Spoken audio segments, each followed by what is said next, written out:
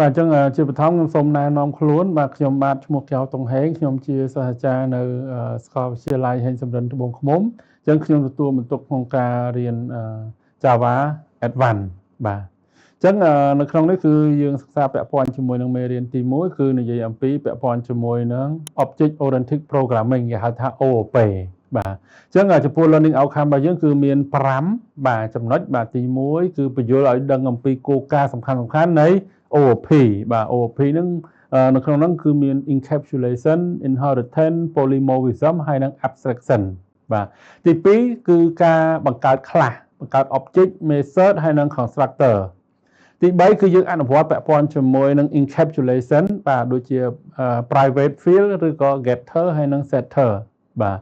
ទី4គឺយើងសិក្សាពាក់ព័ន្ធជាមួយ inheritance ដើម្បីយើង reuse code ដើម្បីបង្កើត class បាទទី5គឺយើងប្រើប្រាស់ពាក់ព័ន្ធជាមួយនឹង polymorphism បាទដើម្បី override method បាទអញ្ចឹង method override ក៏ដូចជា overloading method បាទ content របស់យើងមានចំនួន7បាទទី1គឺនិយមន័យអំពី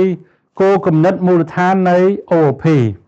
ទី2គឺមូលដ្ឋានពាក្យសំខាន់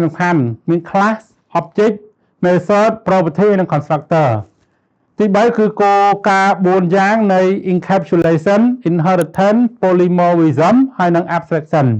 ទី4ឧទាហរណ៍ class សាមញ្ញដូចជា student product employee នៅក្នុង Java ទី5បង្កើតនៅ object ពី class ដើម្បីហៅទៅកាន់ method បាទ